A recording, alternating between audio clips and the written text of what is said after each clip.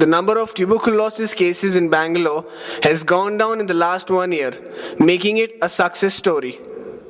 As per the records of the revised National Tuberculosis Control Program, Bangalore, comprising of urban, rural and BBMP division, have seen a slide in the number of tuberculosis patients. Bangalore rural saw more than 50% dip in the TB patients between 2007 and 2008, while BBMP division saw around 10% fall in the number of TB patients. Joint Director talks about the success of the program.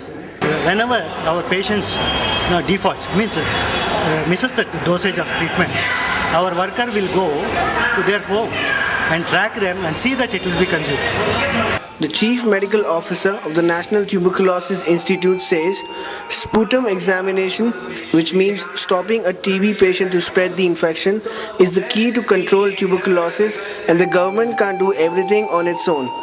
Sputum examination is the only thing that can make a dent in the problem of TB epidemiologically. So if we can detect and diagnose and detect and treat effectively all smear positive cases, then TB control becomes a easy task.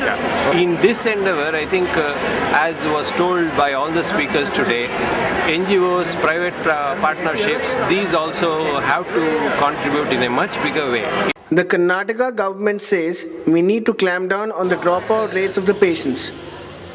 Problem is the tracking of the patients, because many patients, what they do, that this dropout, we call it, dropout rate is still high in Karnataka. This dropout rate has to come down. Generally patients, what they do, that they take drugs for a month or so. When there is a symptoms or little bit, if there's symptomatic relief, they stop taking the drugs. On the other hand, the patients are not aware of the facilities being provided.